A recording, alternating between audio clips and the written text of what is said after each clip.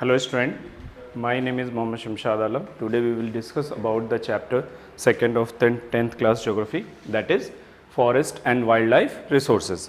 तो forest और wildlife resources जो है ये हमारा resource का ही एक हिस्सा है, क्योंकि फर्स्ट चैप्टर में we have also dealt about the resources, what are the resources and types of resources, ये सारी चीज़ें हम लोग पढ़ चुके हैं. तो यहाँ पर हम लोग चलिए पहले हम थोड़ा सा इन्फॉर्मेशन आपको इस चैप्टर के बारे में प्रोवाइड कर दूँ, क्योंकि ये चैप्टर जो है CBSE ने फाइनल एग्ज़ाम में मतलब जो है पूछने से ख़त्म कर दिया है. अब ये चैप्टर जो है वो सिर्फ आपके पीरियोडिक टेस्ट जो स्कूल होते हैं वहाँ पे इससे मतलब क्वेश्चंस जो आते हैं. लेकिन ये चैप्टर्स हमारे लिए इसलिए इम्पॉर्टेंट है क्योंकि ये इन्वायरमेंट से रिलेटेड है, और हमारे इन्वायरमेंट में चाहे जितने भी फ्लोरा हैं, फानास हैं, उनको यहाँ पर हम लोग डिस्कस करेंगे और देखेंगे कि इंडिया का जो रैंक है वो कितना है बायोडाइवर्सिटी में और फ्लोरा में, फिर उसके बाद फाना में, फिर उसके बाद हम लोग मतलब जो है बहुत सारे जो प्रोजेक्ट्स हैं जैसे कि टाइगर प्रोजेक्ट्स हैं उनको यहाँ पे डिस्कस करेंगे. ठीक, उसके बाद टाइप्स ऑफ जितने भी मतलब जो है स्पीसीज़ का क्लासिफिकेशन है जो IUCN ने किया है, मतलब international union for conservation of wild life and natural resources, उन्होंने मतलब जो है जितने भी स्पीसीज़ इंडिया में पाए जाते हैं उनको 6 क्लास में डिस्ट्रीब्यूट किया है. तो वो सारी चीज़ें हम लोग इस चैप्टर में आज पढ़ने वाले हैं. तो पहली चीज़ तो हम लोग ये शुरू करते हैं कि जो हमारा फॉरेस्ट है या हमारे इन्वायरमेंट में, ठीक है, इन्वायरमेंट क्या होता है? The total sum of surroundings. हमारे आसपास जितनी भी सारी चीज़ें हैं they are the part of environment. हमारे चारों तरफ जितनी भी सारी चीज़ें हैं वो सब इन्वायरमेंट का हिस्सा है, और इन्वायरमेंट जो है वो सारी चीज़ों को मिलाकर बनता है. तो इसी तरीके से हमारे इन्वायरमेंट जो है उसमें जितनी भी चीज़ें होती हैं, चाहे वो माइक्रो ऑर्गेनिजम्स हो, चाहे वो एनिमल्स हो, चाहे वो प्लांट्स हो, चाहे जितने भी नॉन लिविंग थिंग्स हो, चाहे आपके सोलर एनर्जी है या फिर विंड एनर्जी है या सॉइल है, वाटर है, ऑल आर इंटर रिलेटेड और interdependent to each other. सारी चीज़ें एक दूसरे के ऊपर जो है आत्मनिर्भर करती हैं, ठीक है, कुछ न कुछ एक्सटेंट पे, और सबका मतलब जो है अलग अलग मतलब इंटरडिपेंडेंस है, सब एक दूसरे के ऊपर मतलब जो है डिपेंडेंट रहते हैं. तो उसी तरीके से हमारे इन्वायरमेंट में फॉरेस्ट का भी एक रोल है जो कि मतलब जो है बाकी सारे ऑर्गेनिजम्स के साथ वो इंट्रैक्शन बनाते हैं और इंटरडिपेंडेंट रहते हैं. बहुत सारी चीज़ उन पर भी मतलब जो है इंटरडिपेंडेंट होते हैं. तो इन्हीं सारी चीज़ों को यहाँ पर हम लोग डिस्कस करेंगे. अगर दुनिया में देखा जाए तो इंडिया जो है वो इंडिया के अंदर 24% एरिया जो है 24% एरिया फॉरेस्ट से कवर्ड है, और फॉरेस्ट से कवर्ड है तो इसका मतलब है कि हमारा जो कंट्री है वो रिच बायोडाइवर्सिटी कंट्री है, और it is a part of 12 mega biodiversity of the world. World में 12 मेगा बायोडाइवर्सिटी हैं, और हमारा जो देश है, हम लोगों का जो देश है इंडिया, भारत, वो उस बायोडाइवर्सिटी का हिस्सा है ड्यू टू द रिच मतलब जो है फ्लोरा एंड फाना. इंडिया में बहुत सारे मतलब जो है फ्लोरा और फाना जो है वो पाए जाते हैं, इस वजह से हम लोग मतलब दुनिया के बायोडाइवर्सिटी का हम लोग हिस्सा है. उसके बाद हम लोग इसमें इस चीज़ को पढ़ेंगे कि हम लोगों ने देख लिया कि 24% एरिया जो है फॉरेस्ट से कवर है. अब हम लोग बात करते हैं बायोडाइवर्सिटी का, कि बायोडाइवर्सिटी किसे कहते हैं. ये 2 वर्ड से मिलकर बना है, bio and diversity. Bio means होता है life and diversity means variation और रिचनेस. तो variation of life within an environment is called the biodiversity. तो variety of animals, variety of plants, they are exist in an environment. एक ही environment के अंदर, एक ही एरिया के अंदर जब बहुत सारे एनिमल्स, बहुत सारे प्लांट्स पाए जाते हैं तो इनको हम लोग बायोडाइवर्सिटी कहते हैं. और हम लोग जानते हैं कि हमारा जो देश है वो ट्रॉपिकल कंट्रीज है, ठीक है, ज़्यादातर जो एरिया इंडिया का आता है वो ट्रॉपिकल एरियाज में आता है, और दुनिया में ट्रॉपिकल एरिया सबसे ज़्यादा मतलब जो है स्पीसीज को कंजर्व करता है. तो tropical areas cover 10% of the earth surface but it host the 90% species of the world. दुनिया के 90% स्पीसीज जो है सिर्फ इस 10% एरियाज में पाए जाते हैं जो ट्रॉपिकल के एरियाज हैं. तो इसका मतलब है कि ये सुटेबल क्लाइमेटिक कंडीशन है यहाँ पर रेनफॉल मतलब जो है सही है जो उनको चाहिए, या फिर उनको मतलब जो है ह्यूमिडिटी जितनी चाहिए या फ्रॉस्ट फ्री डेज जितना चाहिए, वो सारी चीज़ें यहाँ पर अवेलेबल होती हैं. इसलिए ये जोन जो है वो फ्लोरा एंड फाना के ग्रोथ के लिए वो सही है. अब बात करते हैं हम लोग फ्लोरा किसे कहते हैं. All the plant species is called flora. तो डायरेक्टली आपसे क्वेश्चन पूछा जाता है कि फ्लोरा क्या होता है, तो all the plant species called flora, उसमें ग्रासेस, प्लांट, ट्रीज, इस सारी चीज़ें जो है वो आ जाती हैं।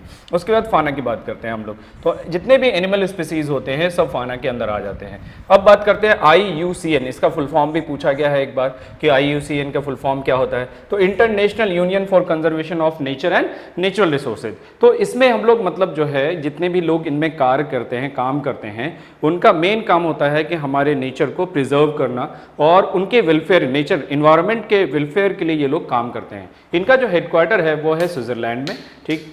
उसके बाद इन लोगों ने मतलब जो है एरियाज़ को प्रोटेक्ट करने के लिए हमारे देश में मतलब जो है बहुत सारे एरियाज़ को डिवाइड किया गया है, जैसे बायोस्फीयर रिजर्व में किया गया है, नेशनल पार्क में किया गया है, सेंचुरीज़ में किया गया है। तो यहाँ पर थोड़ा सा हम लोग टर्म समझ लेते हैं कि बायोस्फीयर रिजर्व जो है वो होता क्या है। It is the largest protected area, जितना भी सबसे बड़ा जो होता है reserve area, that is the biosphere reserve. ये इसके अंदर आपको सेंचुरीज भी मिल जाएंगे, इनके अंदर आपको नेशनल पार्क भी मिल जाएगा। तो बायोस्फीयर रिजर्व भारत में टोटल अभी फिलहाल 18 बायोस्फीयर रिजर्व हैं जो अलग अलग मतलब जो है स्टेट्स के अंदर जो है वो पाए जाते हैं, और इसके अंदर 3 बफर जोन्स में इस पूरे जोन को डिवाइड किया जाता है बायोस्फीयर रिजर्व में। उसके बाद अब यहाँ पर देखते हैं जैसे कि Nanda Devi biosphere reserve in Uttaranchal, ठीक है। तो यहाँ पर मतलब जो है नंदा देवी बायोस्फीयर जो है ये यहाँ पर बहुत सारे एनिमल्स, बहुत सारे प्लांट्स कम्युनिटी को प्रिजर्व जो है किया जाता है बायोस्फीयर रिजर्व में। उसके बाद बात करते हैं कि हमारा जो देश है वो दुनिया में कितना परसेंट मतलब जो है टोटल नंबर ऑफ स्पीसीज जो है वो कंजर्व करता है। तो 8% of the species of the world's are found in our country. हमारे देश में 8%, लगभग 8% स्पीसीज जो है भारत में पाया जाता है, और इसीलिए हम लोगों को मतलब जो है 12 मेगा बायोडाइवर्सिटी में शामिल किया गया है दुनिया में। और उसमें अगर हम लोग देखें कि कितने एनिमल स्पीसीज हैं, कितने प्लांट स्पीसीज हैं, तो अगर हम एनिमल स्पीसीज की बात करें तो इंडिया में 81,000 एनिमल स्पीसीज हैं, और अगर हम लोग प्लांट स्पीसीज की बात करें तो 47,000 जो हैं वो प्लांट स्पीसीज है। तो हमारे कंट्री में फिश के बहुत सारे मतलब स्पीसीज हैं जो कि दुनिया में हम लोग मतलब तीसरे नंबर पे आते हैं। India is famous for the different fauna, that is the rhino, elephant, tiger, lion, monkey, snake, ये सारी चीज़ें भारत में आमतौर पर पाई जाती हैं और इसके लिए बहुत ज़्यादा ये फेमस है। चलिए अब बात करते हैं कि हम लोग बायोडाइवर्सिटी जो है ये क्यों इतना ज़्यादा इम्पॉर्टेंट है, इसकी क्या खासियत है, इसकी क्या अहमियत है। तो बायोडाइवर्सिटी जो है वो हमारे एनवायरनमेंट में ऑक्सीजन के लेवल को मेंटेन करता है। ऑक्सीजन के लेवल को हम लोग जानते हैं कि प्लांट्स जो है जब वो फोटोसिंथेसिस करते हैं तो कार्बन डाइऑक्साइड एब्जॉर्ब करते हैं और ऑक्सीजन हम लोगों को प्रोवाइड करते हैं। तो जितने भी मतलब जो है प्लांट्स हैं वो एटमॉस्फेयर में जो कार्बन डाइऑक्साइड है और ऑक्सीजन है उनके मतलब जो है साइकिल को मेंटेन करने में लगे रहते हैं। दूसरी चीज़, फॉरेस्ट हमारे लिए इसलिए भी इंपॉर्टेंट है, woods are use for the furniture, making furniture को अगर बनाना है तो हमें लकड़ी चाहिए, वो कहाँ से आता है, फॉरेस्ट से आता है। उसके बाद मतलब कंस्ट्रक्शन पर्पस के लिए जितनी भी लकड़ी चाहिए वो कहाँ से आता है, फॉरेस्ट से आता है।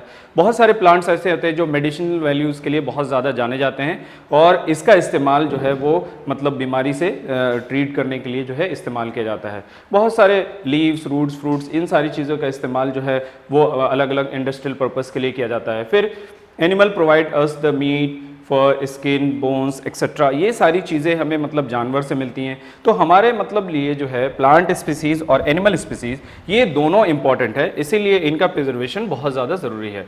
Importance of forest in our life, forest provide timber for the furniture, construction, ये सारी चीज़ें आप लोग जानते हैं। दूसरा सबसे इंपॉर्टेंट चीज़ है, फॉरेस्ट की मदद से हम लोग सॉइल इरोजन को भी कंट्रोल कर सकते हैं, क्योंकि जो रूट्स होता है प्लांट्स का वो सॉइल के मतलब ग्रिपिंग को स्ट्रॉन्ग करता है और जब वाटर का फ्लो होता है तो वो उससे मतलब जो है उसको बचाता है। इसीलिए जितने ज़्यादा आप प्लांट मतलब लगाएंगे उससे आपके फ्लड आने के भी चांसेस जो है वो कम हो जाएंगे, सॉइल इरोजन के भी चांसेस कम हो जाएंगे। इसलिए फॉरेस्ट जो है वो सॉइल इरोजन से भी हमें बचाता है। दूसरी चीज़, forest maintain the ecological balance and food chain, मतलब इकोलॉजिकल बैलेंस भी बनाता है और फूड चेन भी मेंटेन करता है। हम लोग जानते हैं कि हमारे एनवायरनमेंट में बहुत सारे ऑर्गेनिजम्स जो हैं वो रहते हैं जो कि एक दूसरे के ऊपर इंटरडिपेंडेंट होते हैं। तो इकोलॉजिकल बैलेंस बनाने के लिए हर एक का होना इंपॉर्टेंट है। अगर ये मतलब हर एक नहीं होंगे तो उनका बैलेंस जो है वो नहीं बन पाएगा। मान लीजिए कि हम स्नेक को मारते हैं या फिर मतलब अगर रेप्टाइल्स को मारते हैं तो वो फिर क्या होता है कि बैलेंस जो है इकोलॉजिकल वो बिगड़ जाता है, क्योंकि वो फिर कीड़े मकोड़े नहीं खा पाएंगे, ठीक है, फिर उनकी तादाद ज़्यादा हो जाएगी, तो बैलेंस जो है वो गड़बड़ हो जाएगा अगर एक चीज़ को हम मतलब जो है इन्फ्लुएंस करते हैं तो। Now the classification of species by the IUCN, IUCN के द्वारा जो हमारे देश में मतलब जो है जितने भी फ्लोरा एंड फाना पाए जाते हैं उनका क्लासिफिकेशन किया गया है और 6 कैटेगरीज में इनको क्लासिफाई किया गया है। तो वो 6 कैटेगरीज कौन कौन सी हैं? सबसे पहला उन्होंने मतलब दिया है पहले कैटेगरीज में नॉर्मल स्पीसीज को। नॉर्मल स्पीसीज क्या होते हैं? जो नॉर्मली हर जगह आपको आसानी से दिख जाते हैं, जैसे कुत्ता, बिल्ली, ये सारी चीज़ें हमको आसानी से दिख जाती हैं इसीलिए, और इनकी ऊपर कोई खतरा नहीं है, मतलब इनके मतलब डिसअपेयर होने का कोई खतरा नहीं है, तो ऐसे स्पीसीज को हम लोग नॉर्मल स्पीसीज की कैटेगरी में रखते हैं। दूसरा स्पीसीज है हमारा rare species, species with the small population, जिसकी स्पीसीज जो है उनका जो नंबर है वो बहुत ही कम है, ठीक है, और रेयरली मतलब जो है वो पाए जाते हैं, ऐसे स्पीसीज को हम लोग रेयर स्पीसीज कहते हैं। इसमें क्या आ जाता है? इसमें सबसे इंपॉर्टेंट आपको याद रखना है एग्जांपल्स कि रेयर स्पीसीज कौन से हैं, तो हिमालयन ब्राउन बियर, उसके बाद wild Asiatic buffalo and the desert fox, ये सारे जो मतलब एनिमल स्पीसीज हैं वो रेयर हैं, मतलब आपको हर जगह नहीं मिलेंगे। जैसे अभी हमने ऊपर कहा नॉर्मल स्पीसीज, तो नॉर्मल स्पीसीज जो है वो सारी जगह आपको आसानी से मिल सकते हैं, हर स्टेट में मिल सकते हैं, लेकिन रेयर स्पीसीज आपको हर स्टेट में नहीं मिलेंगे, हर जगह पे नहीं मिलेंगे, वो किसी पर्टिकुलर जगह पे ही मिलेंगे। दूसरा हमारा जो है वो है आपका वल्नरेबल स्पीसीज। वल्नरेबल स्पीसीज क्या है? The population of these species decreases due to the such an extent and they become the endangered, मतलब इनकी आबादी जो है वो घटती जा रही है और कुछ दिन में ये कहां पहुंच जाएंगे? इंडेंजर्ड की कैटेगरीज में पहुंच जाएंगे। अगर हमने इनको प्रोटेक्ट नहीं किया, इनको प्रिजर्व नहीं किया, तो इनका नंबर घटते घटते कहां पहुंच जाएगा? इंडेंजर्ड की कैटेगरीज में पहुंच जाएगा।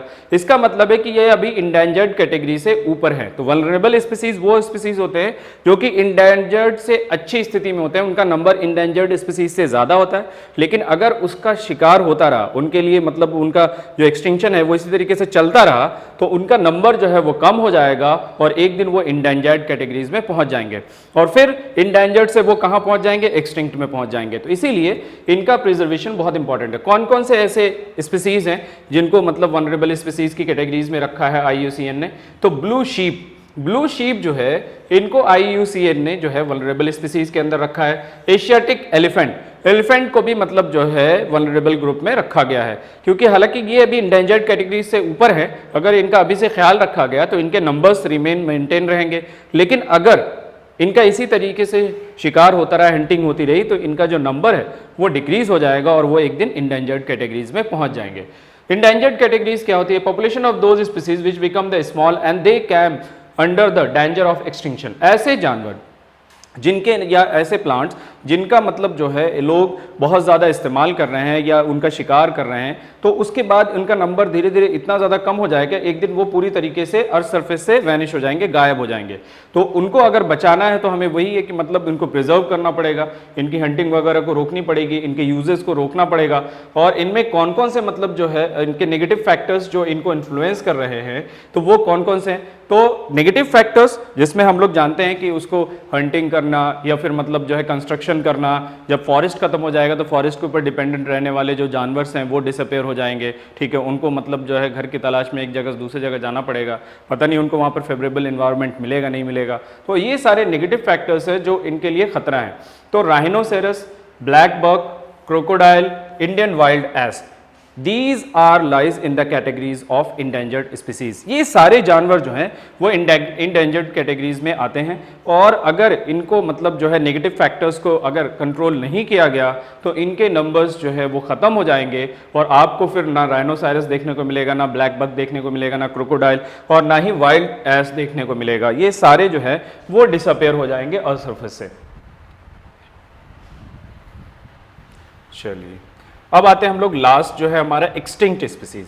एक्सटिंक्ट स्पीसीज ऐसे स्पीसीज जो पूरी तरीके से अर्थ सरफेस से गायब हो चुके हैं, अब इनका नंबर अर्थ सरफेस में मौजूद नहीं है, ठीक। तो these species are not found anywhere in the world, they have gone from our earth forever. हमारे अर्थ से ये पूरी तरीके से जा चुके हैं। इनमें क्या क्या है? Asiatic cheetah, pink headed duck, ठीक है, डोडो, ये सारे मतलब जो जानवर हैं ये पूरी तरीके से हमारे जो अर्थ सरफेस है वहां से वैनिश हो चुके हैं और इसीलिए इनका नाम जो है वो एक्सटिंक्ट रखा गया है। इसके अंदर आप मतलब जो है डायनासोर को भी शामिल कर सकते हैं क्योंकि अब आपको डायनासोर नहीं मिलता है। तो ऐसे स्पीसीज जो अब अर्थ सरफेस पे बिल्कुल ही एग्जिस्ट नहीं करते हैं तो ऐसे स्पीसीज को हम लोग मतलब जो है एक्सटिंक्ट स्पीसीज की कैटेगरीज में रखते हैं। अब आते हैं कि रीजन ऑफ डिप्लीशन, इनका गायब होने का जो है वो रीजन क्या है फ्लोरा एंड फाना का। तो बहुत सारे मतलब जो है ह्यूमन एक्टिविटीज हैं जिनकी वजह से इनका डिप्लीशन जो है वो फर्दर चल रहा है और बहुत तेजी से चल रहा है। पहला हमारा जो सबसे पहला फैक्टर है डिफॉरेस्टेशन। अभी हमने बताया आपको जब हम डिफॉरेस्टेशन करते हैं, डिफॉरेस्टेशन क्या होता है, when we cutting the trees on large scale is called deforestation.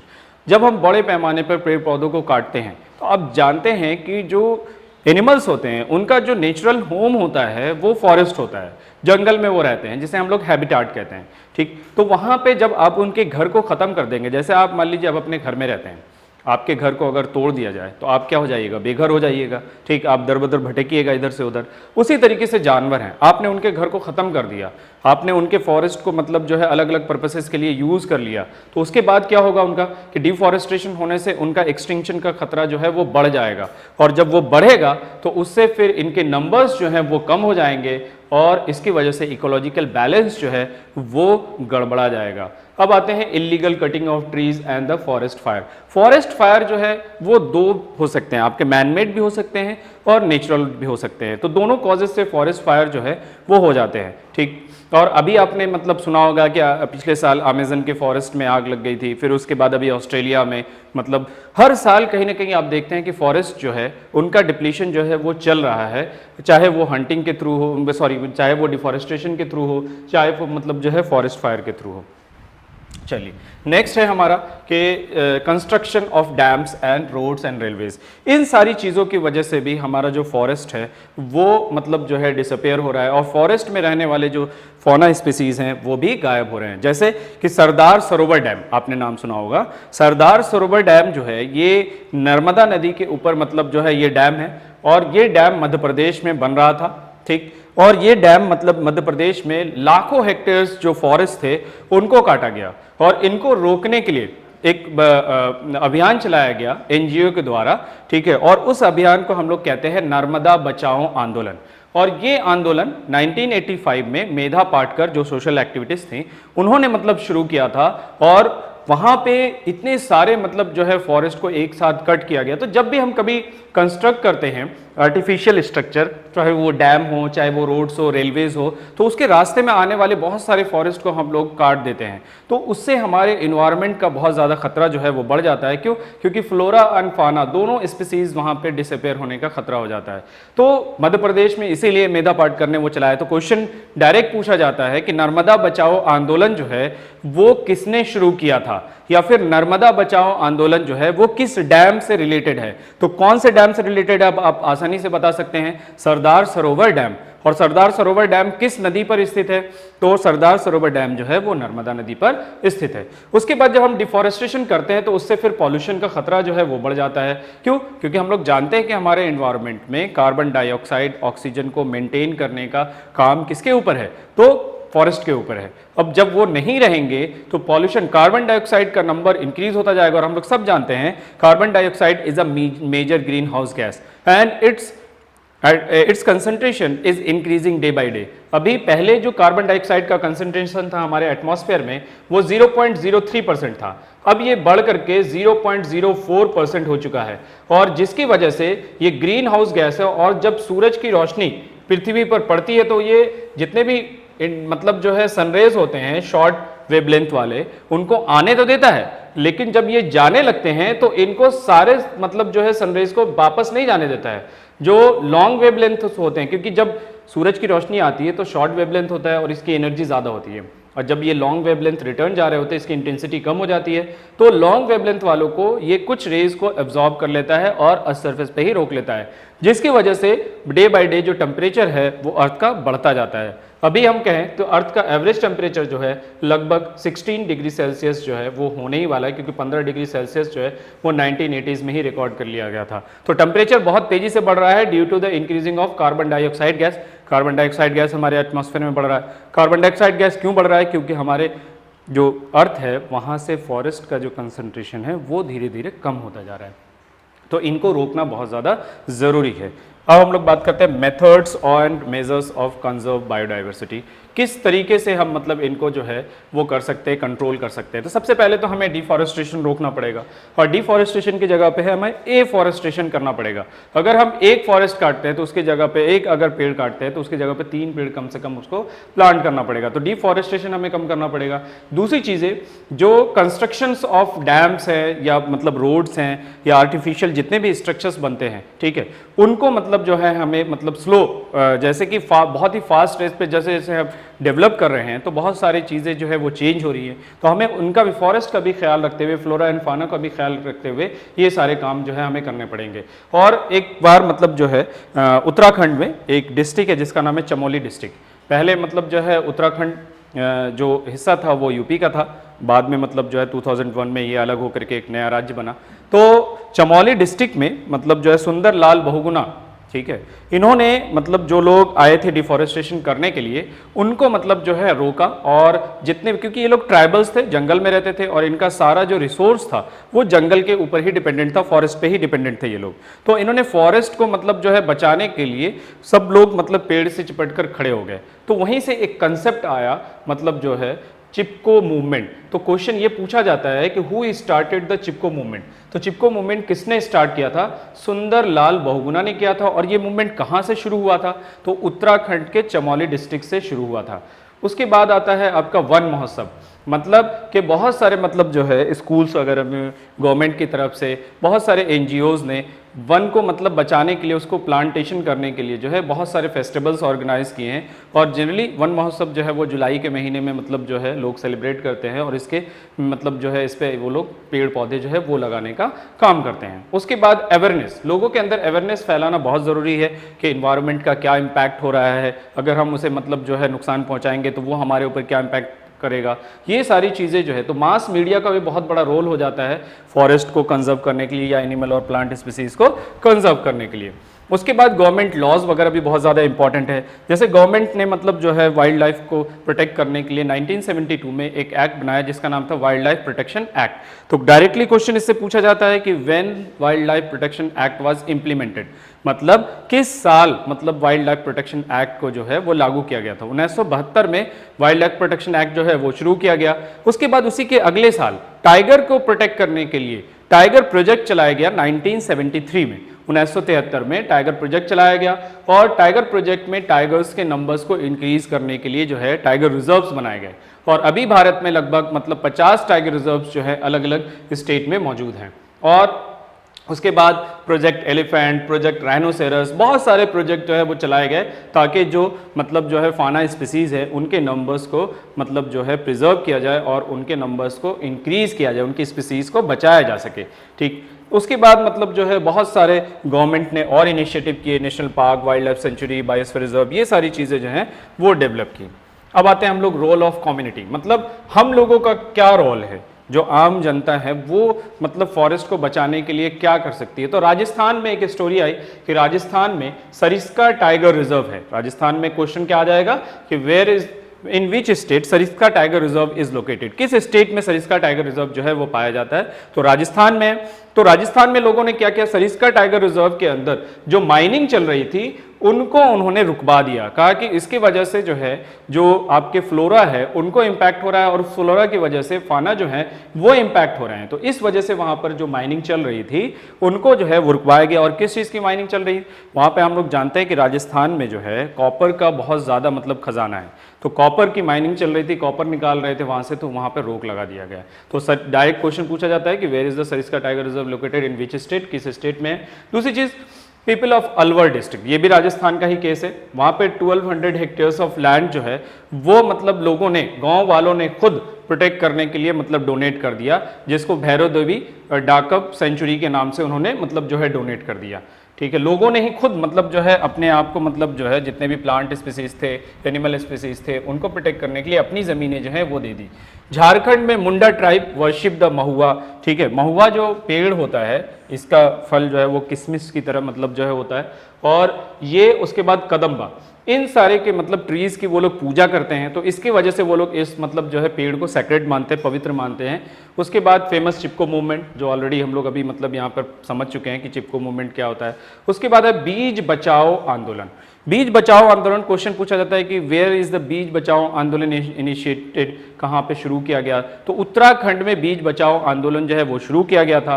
और क्यों शुरू किया गया था? To save the traditional seeds of Uttarakhand. Uttarakhand के जो ट्रेडिशनल सीड्स थे उनको मतलब जो है प्रोटेक्ट किया जाए, क्योंकि ज्यादातर लोग, जब इंडिया में ग्रीन रेवोल्यूशन आया 1965 में, तो उस दौरान सब लोग हाई यील्डिंग वैरायटी सीड्स की तरफ भागने लगे ताकि ज़्यादा से ज़्यादा जो है वो पैदावार हो सके, और जो ट्रेडिशनल सीड्स थे उनका जो यूजेस था वो बहुत कम होने लगा, जिससे जो उनकी खासियत थी उस स्टेट की वो लोगों तक नहीं पहुंच पाए। तो बाद में लोगों ने वहां पर मतलब 1980s में इन लोगों ने मूवमेंट चलाया कि जो हम लोग हाई यील्डिंग वैरायटी सीड्स है उनका इस्तेमाल नहीं करेंगे और जो ट्रेडिशनल सीड्स है उनका हम लोग इस्तेमाल करेंगे। तो बीज बचाओ आंदोलन कहां पे शुरू किया गया था? 1980s में उत्तराखंड में ये शुरू किया गया था, ताकि वहां के ट्रेडिशनल जो बीज हैं उनको प्रोटेक्ट किया जाए। तो अब हम लोग आगे देखेंगे कि जो फॉरेस्ट है हमारा उसको भारत में कितने टाइप्स में डिवाइड किया गया है। तो इंडिया में फॉरेस्ट को 3 टाइप्स में डिवाइड किया गया है। सबसे पहला हमारा रिजर्व फॉरेस्ट। तो रिजर्व फॉरेस्ट जो है वो कितने % एरिया पे मतलब जो है हमारे है? तो 54% एरिया पे रिजर्व फॉरेस्ट जो है वो हमारा मौजूद है। तो रिजर्व फॉरेस्ट हमारे कितने % एरिया पे मौजूद है? तो 54% एरिया पे रिजर्व फॉरेस्ट है, और इनको मतलब जो है फॉरेस्ट को यूज़ करने से लोगों को मना किया गया है। दूसरा है हमारा प्रोटेक्टेड फॉरेस्ट। तो प्रोटेक्टेड फॉरेस्ट जो है इंडिया में 29% एरिया पे है, और इन फॉरेस्ट को मतलब जो है फर्दर डिप्लीशन के लिए रोका गया है।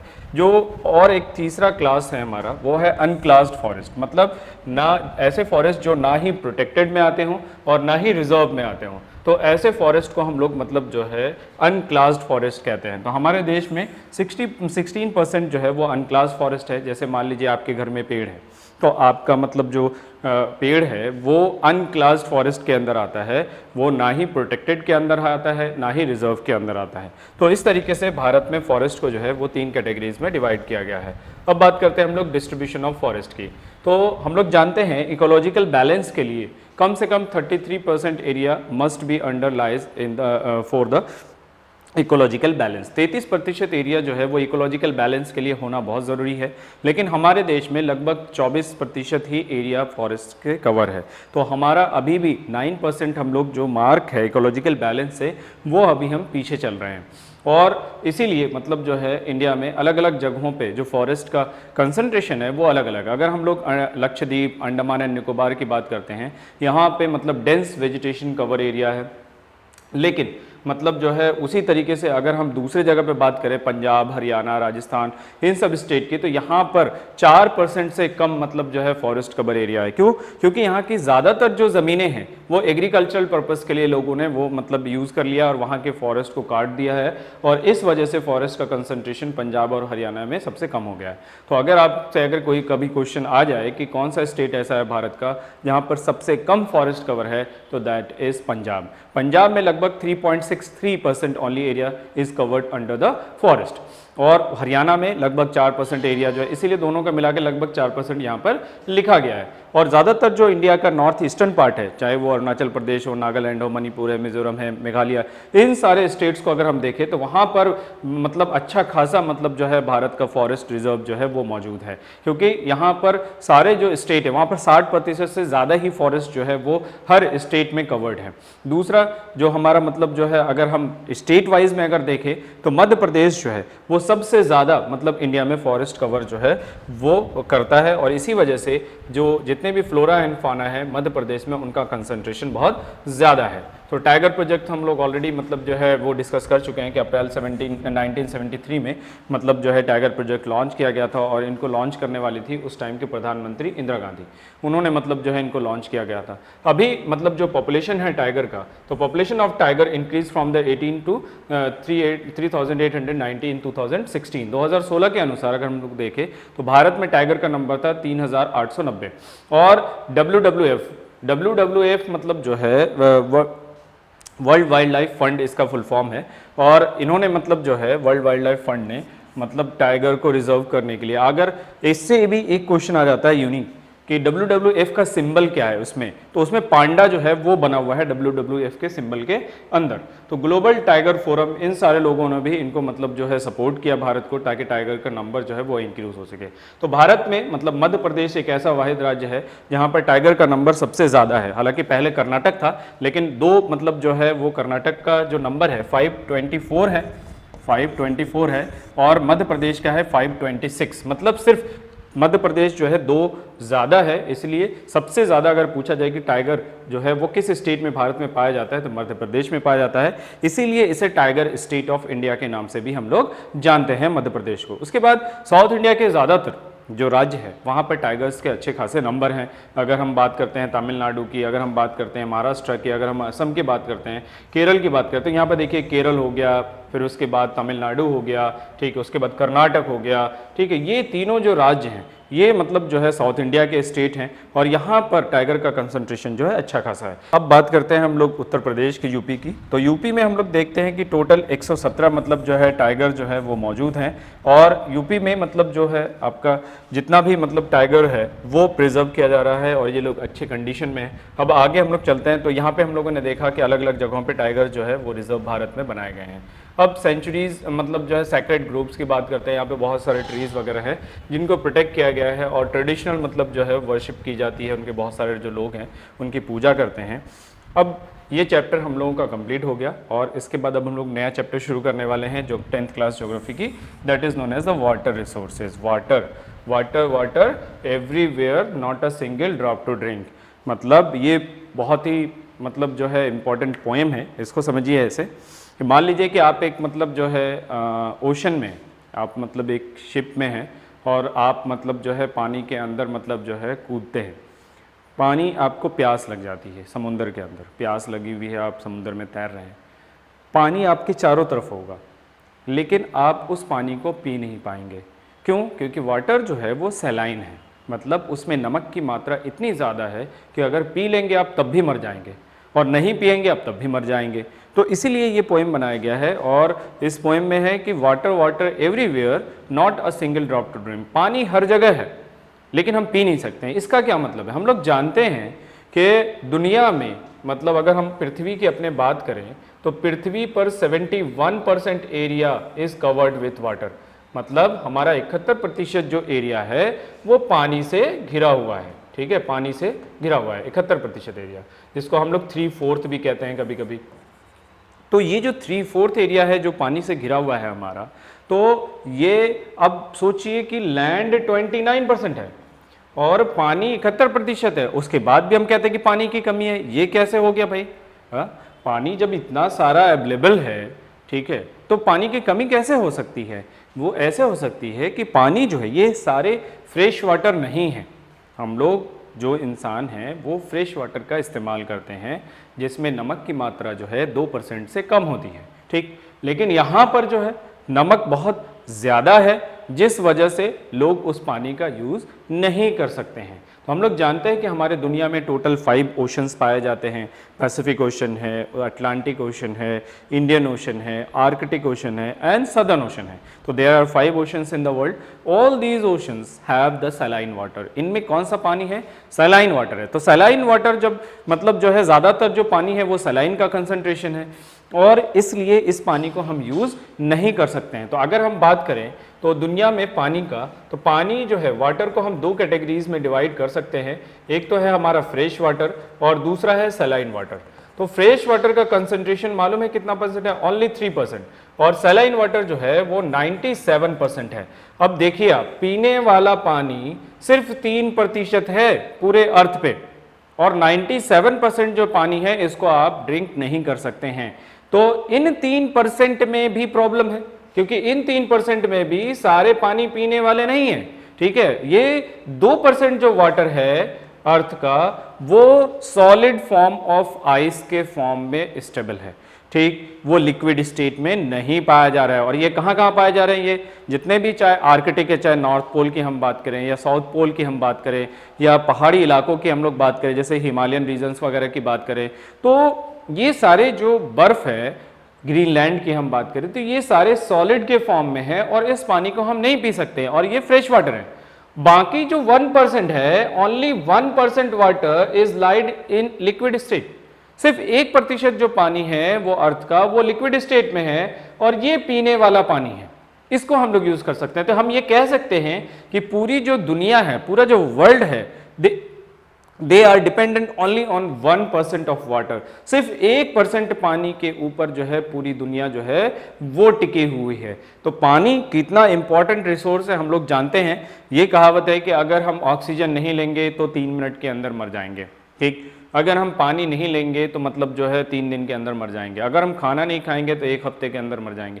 तो कहने का मतलब है कि हवा के बाद पानी जो है second most important natural resources है, अगर हम लोग देखते हैं यहाँ पर लाइफ के लिए, क्योंकि बिना पानी के मतलब जो है कोई भी चीज़ नहीं बन सकता। और हम लोग अगर बात करें जितने भी अर्थ सरफेस से हम लोग लाइफ देखते हैं लिविंग ऑर्गेनिजम्स की, उनका जो सोर्स है वो पानी है। कहा जाता है कि पानी के अंदर ही जो सबसे पहला जो लिविंग ऑर्गेनिजम्स है वो डेवलप हुआ था। तो पानी जो वो बहुत इंपॉर्टेंट है।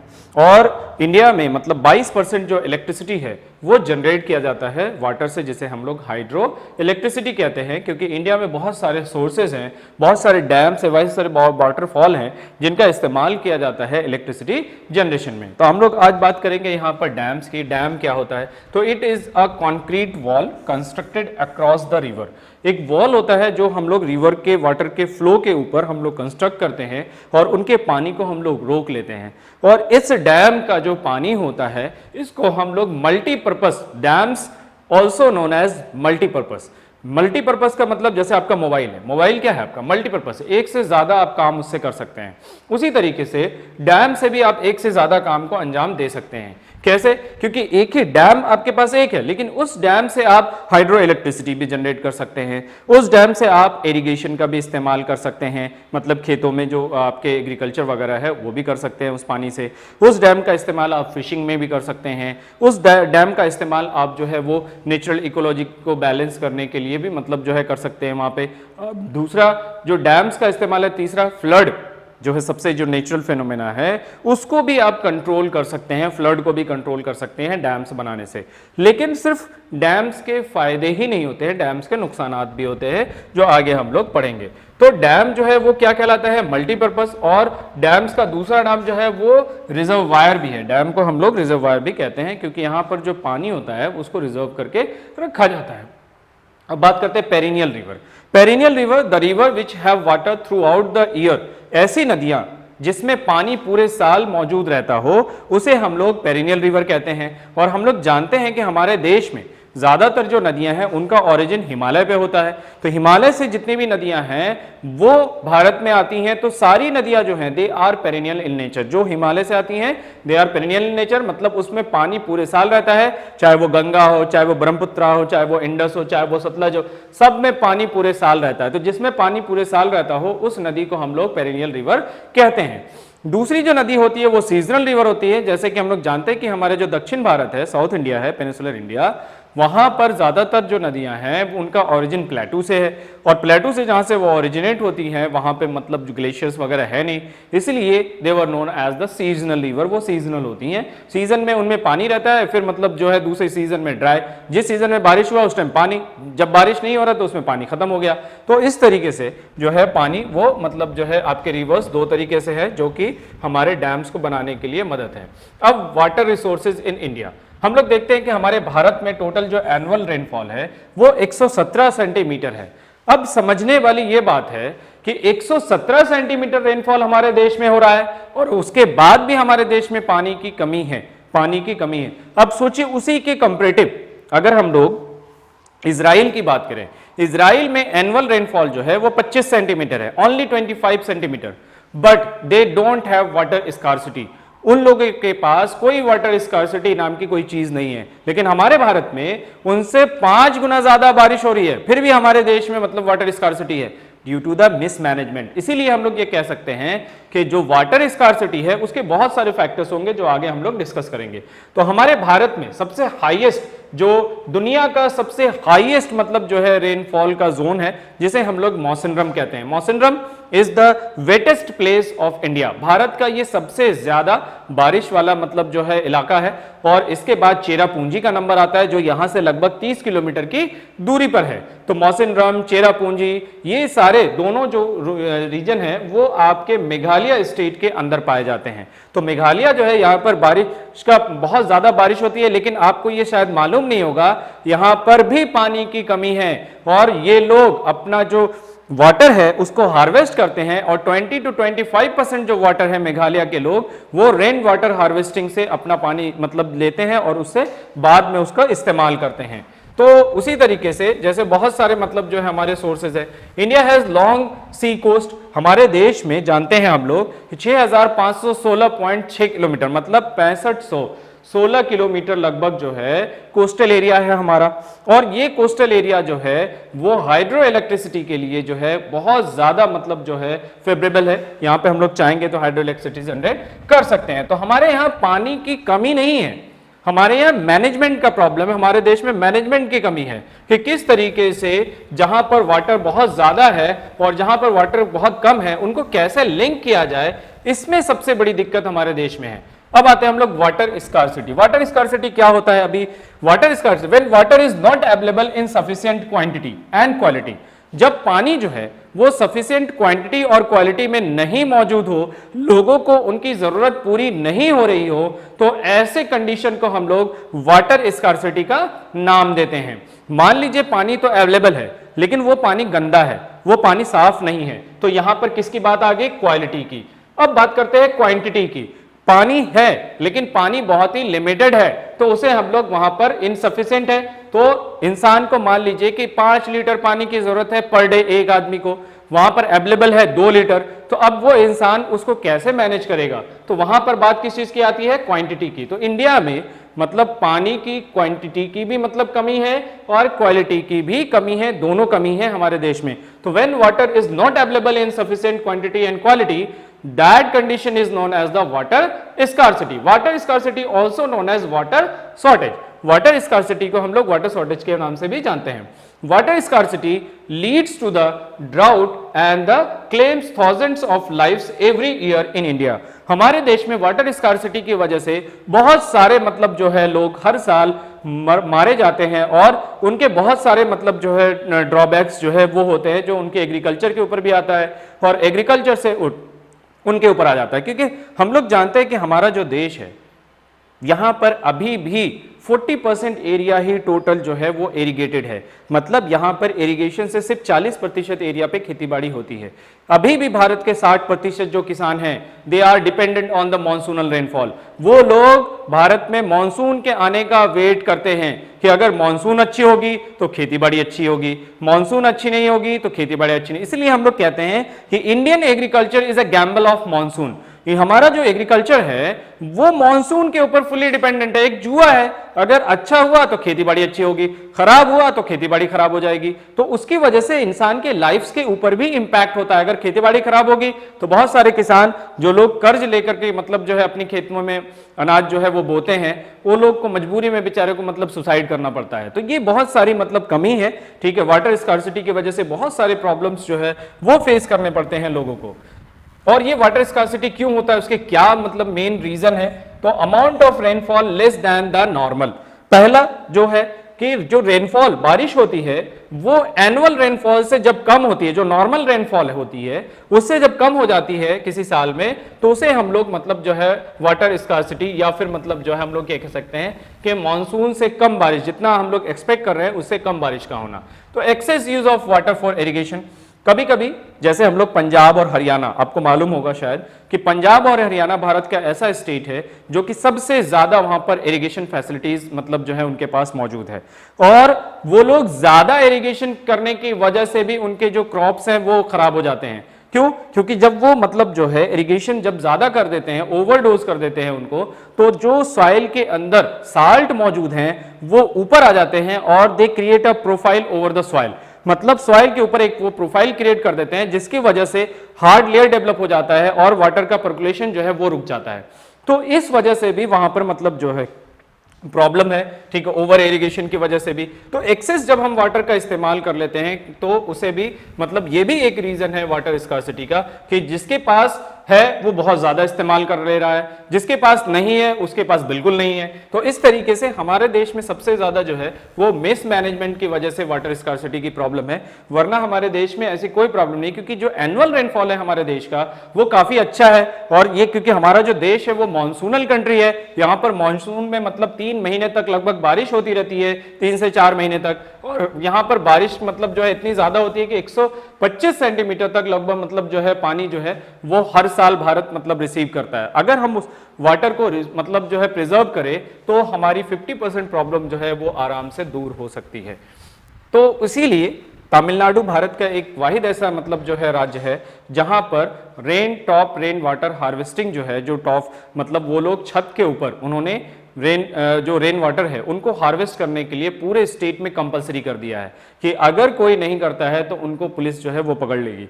तो इसीलिए अब जब तमिलनाडु जाइएगा तो वहां पर हर घर में छत के ऊपर रेन वाटर हार्वेस्टिंग सिस्टम आपको देखने को मिलेगा। उसका रीजन क्या है, वहां पे क्यों ऐसा है? तो ऐसा इसलिए है क्योंकि तमिलनाडु जो है वो मॉनसून से, जो समर मॉनसून है हमारा साउथ वेस्ट मॉनसून, उससे वहां पर बारिश नहीं होती है, वहां पर बारिश होती है साउथ ईस्ट मॉनसून से, और वो सीजन होता है विंटर का। तो Tamil Nadu gets maximum rainfall in the winter season and they store all the winter season rain and they were used in the summer season, मतलब जो भी सारा पानी उसने इकट्ठा किया है उसको वो समर सीजन में इस्तेमाल करते हैं, और इसीलिए वहां पर रेन वाटर हार्वेस्टिंग जो है वो कंपलसरी है। दूसरा, अब लोग बात करते हैं मल्टीपर्पज प्रोजेक्ट और उसके एडवांटेजेस एंड डिसएडवांटेजेस। तो मल्टीपर्पज बहुत सारे जब भारत आजाद हुआ 1947 में मतलब जो है ब्रिटिश से, तो आजाद होने के बाद भारत ने बहुत सारे मल्टीपर्पज प्रोजेक्ट्स जो हैं वो कंस्ट्रक्ट करवाए, जैसे भाखरा नंगल डैम हो गया, उसके बाद दामोदर वैली हो गया, ठीक है, उसके बाद मतलब जो है आपके हीराकुद डैम हो गया। बहुत सारे डैम्स मतलब जो है भारत में बने ताकि भारत में जो भी प्रॉब्लम्स हैं उनको डैम्स के थ्रू, वाटर के प्रॉब्लम्स को डैम के थ्रू सॉल्व किया जाए। जब भाखरा नंगल डैम, भाखरा नंगल ये 2 डैम है, भाखरा और नंगल। भाखरा जो है ये बिलासपुर डिस्ट्रिक्ट है हिमाचल प्रदेश का, वहां पर है, और नंगल जो है ये आपके मतलब जो है पंजाब में है।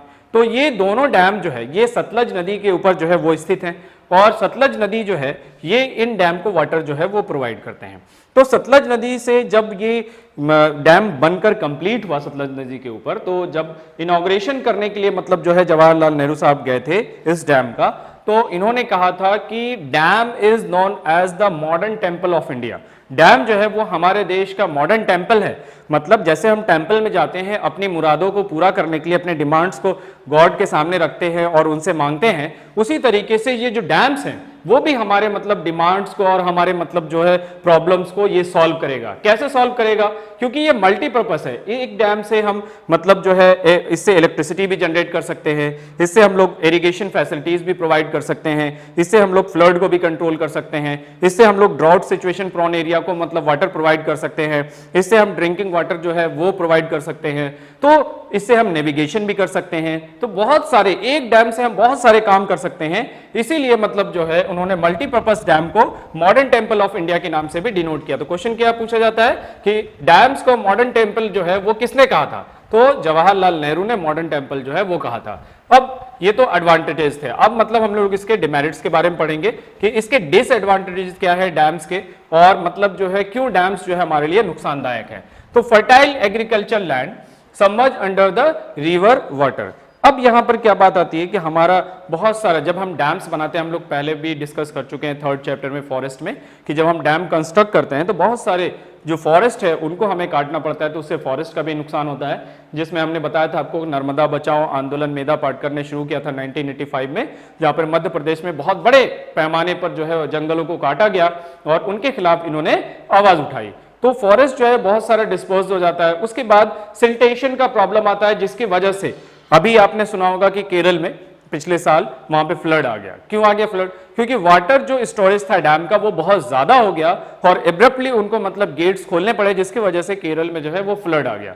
तो बहुत सारे डैम्स की वजह से बहुत सारे गांव जो है वो डूब जाते हैं क्योंकि एब्रप्टली वो पानी रिलीज कर देते हैं। तो ये सारे कुछ मतलब डिसएडवांटेजेस हैं, प्रॉब्लम्स हैं जो कि मतलब डैम्स की वजह से होते हैं। फिर उसके बाद अर्थक्वेक भी डैम्स की वजह से, क्योंकि इतना बड़ा जो आपके आर्टिफिशियल स्ट्रक्चर डेवलप होता है उसकी वजह से अर्थ की जो आइसोस्टेसी है वो मतलब डिसबैलेंस होती है। आइसोस्टेसी क्या होता है? The equilibrium of the earth surface. Earth surface अपने आप को मेंटेन करने की कोशिश करती है। हम लोग देखते हैं बहुत सारे पहाड़ देखते हैं, तो पहाड़ जब आप देखते हैं तो दूसरी तरफ आप ओशन भी देखते हैं, क्योंकि ये जो ओशन है इसका सारा मटेरियल निकल करके क्या बना है? माउंटेन बना है। तो उसी तरीके से हमारा अर्थ जो है वो अपने आप को बैलेंस करने की कोशिश करता है। तो जब अर्थ बैलेंस करने की कोशिश करता है तो उसकी वजह से अर्थक्वेक्स वगैरह भी वो आते हैं, लैंडस्लाइड वगैरह भी होता है। तो ये सारे कुछ नेचुरल फिनोमिनाज जो है वो होते हैं। ये डिसएडवांटेजेस है हमारा डैम्स का। अब बात करते हैं हम लोग रेन वाटर हार्वेस्टिंग, जो हमारे रेन वाटर है। क्योंकि हमने अभी कहा कि हमारे देश में पानी की कोई कमी नहीं है, पानी अवेलेबल है, लेकिन हमारे देश में प्रॉब्लम क्या है? डिस्ट्रीब्यूशन का, कि प्रॉपर डिस्ट्रीब्यूशन सिस्टम हमारे देश में नहीं है, इसलिए हमारे देश में पानी की कमी है। तो लोगों ने अलग अलग जगहों पे अपने अपने मतलब एरियाज में पानी को स्टोर करने का अलग अलग तंत्र बना रखा है। जैसे अगर हम लोग बात करें, ज्यादातर हम लोग जानते हैं कि राजस्थान जो है वहां पर पानी की कमी है, क्योंकि वहां पर रिवर्स की बहुत ज्यादा कमी है। एक ही लॉन्ग रिवर है, that is known as Luni.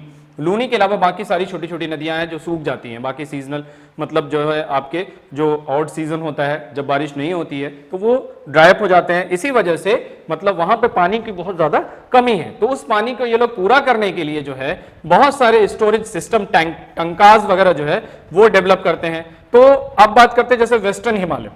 Western Himalayas में गुल्स और कुल्स ये जो है वो लोग गड्ढा वगैरह कर लेते हैं और उसमें पानी, जो बारिश का पानी होता है उसको स्टोर कर लेते हैं और फिर बाद में खेती बाड़ी के लिए उस पानी का इस्तेमाल करते हैं। उसके बाद जैसलमेर में मतलब जहां पे आपके इस्तेमाल वाटर को जमा किया जाता है उसे खदिन्स के नाम से जानते हैं। उसके बाद अदर पार्ट ऑफ राजस्थान में जोहाद के नाम से जानते हैं। उसके बाद दूसरे जगह जो राजस्थान, तो राजस्थान में अलग अलग सिस्टम, अलग अलग जगहों पे अलग अलग नाम से इसको जाना जाता है।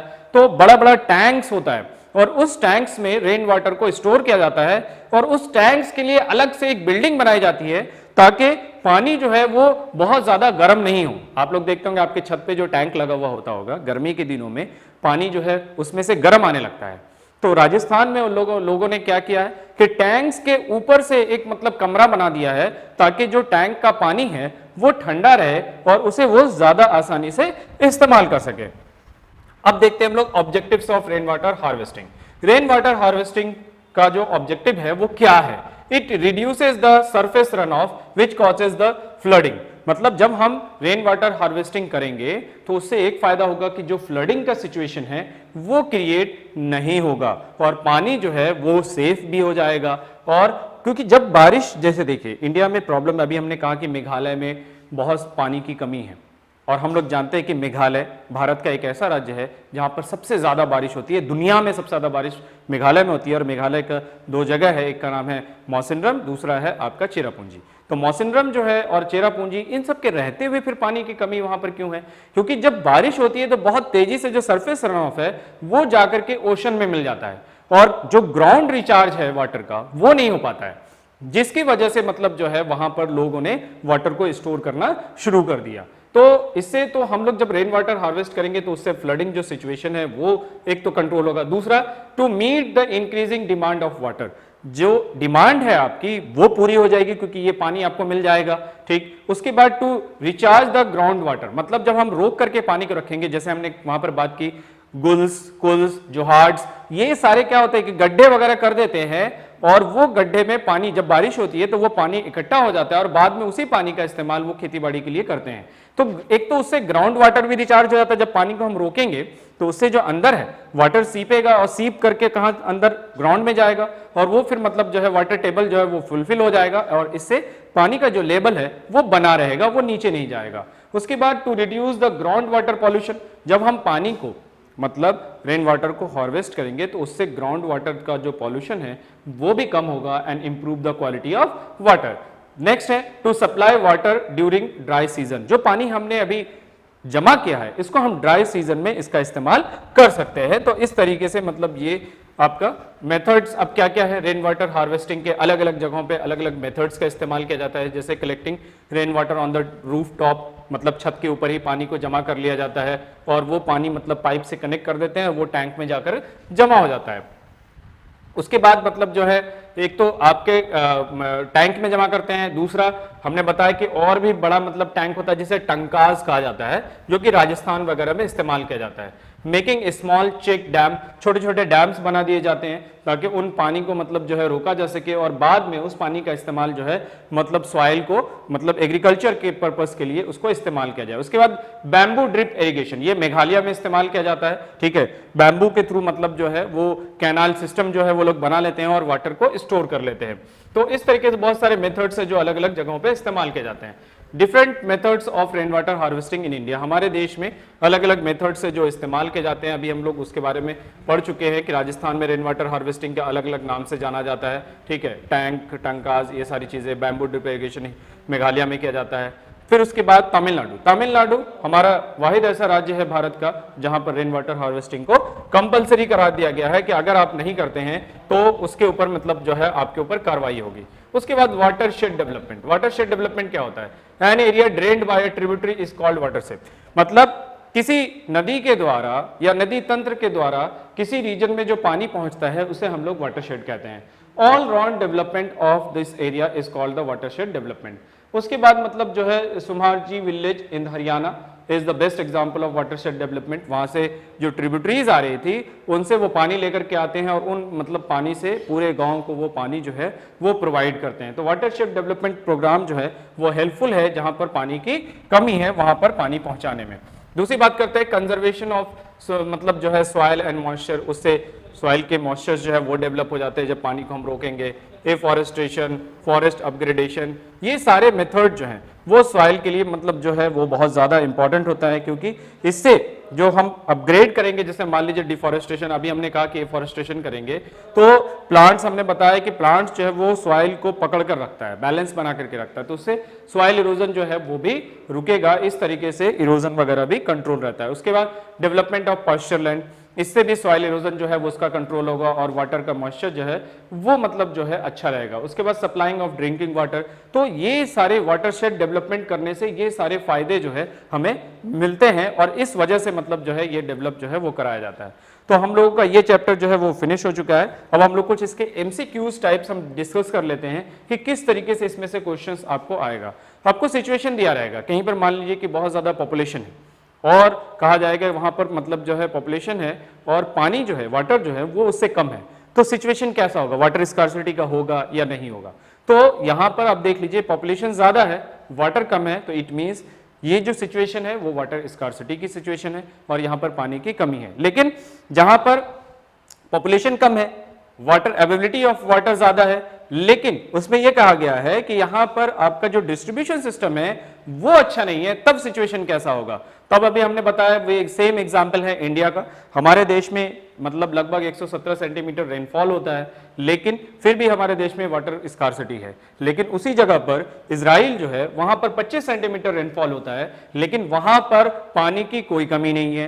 तो जो मैनेजमेंट है they play a key role for the distribution of water in the different parts of the country। किसी भी कंट्री में जो मैनेजमेंट है उसका मेन अहम रोल होता है कि वो पानी को किस तरीके से डिस्ट्रीब्यूट करे कि जो इनएक्सेसिबल एरिया है, जहां पर बारिश नहीं हो रही है, जहां पर पानी नहीं पहुंच पा रहा है, वहां कैसे उसको पहुंचाया जाए, ये सबसे बड़ी चुनौती होती है। तो भारत में ये सारा अगर हम डेवलप कर लेते हैं, मान लीजिए कि पूरी अच्छी तरीके से अगर डिस्ट्रीब्यूशन सिस्टम को हम कंट्रोल कर लेते हैं, तो हमारे देश में भी पानी की कोई कमी नहीं रहेगी।